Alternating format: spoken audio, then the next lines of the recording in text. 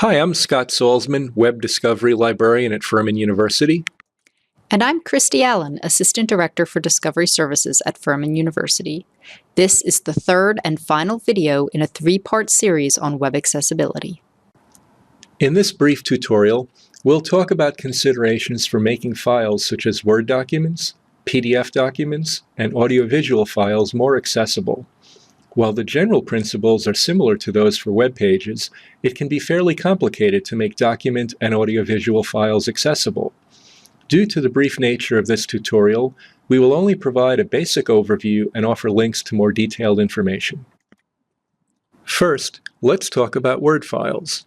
Many of the principles for making Word files more accessible are analogous to those used for web pages. For example, the basis of an accessible Word document lies in its structure. Using appropriate structures, like headings, lists, and providing alternative text for images will go a long way toward making your Word documents accessible. For additional tips on how to optimize the accessibility of a Word document, we recommend the WebAIM article, Microsoft Word: Creating Accessible Documents. Next, let's talk about PDF documents. Since screen readers can only convey text-based information, all of the text in the PDF needs to be readable. Sometimes PDF documents are just images of text, like if they were created from a scan of a paper document.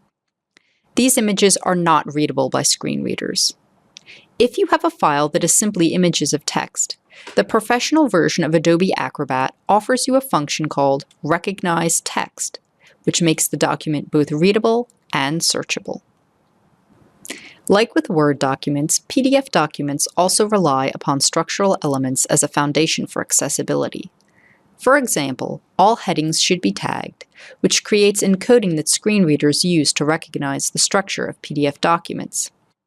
You can also add bookmarks for these structural elements, which will allow a screen reader user to navigate the PDF document similarly to the way a sighted user can navigate a book using a table of contents. If you create your PDF document from a Word document, Word has settings that will allow you to carry over many of these accessibility attributes. Finally, all images in the PDF document should contain alternate text that describes the information conveyed by the image. By default, many PDF documents are not accessible.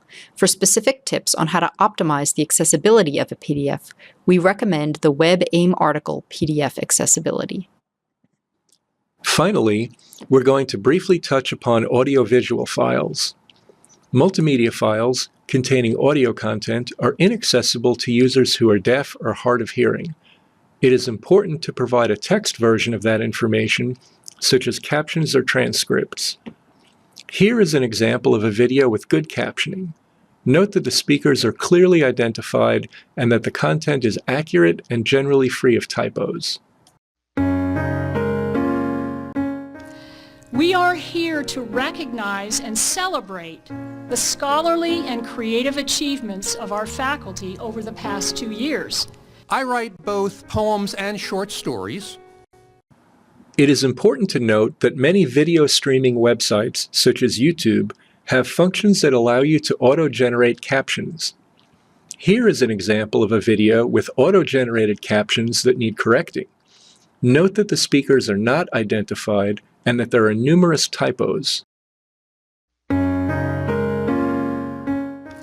We are here to recognize and celebrate the scholarly and creative achievements of our faculty over the past 2 years.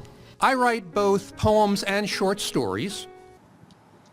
As you can see, some auto-generated captions can be inaccurate or unintelligible, so it's important to review and correct those captions as necessary.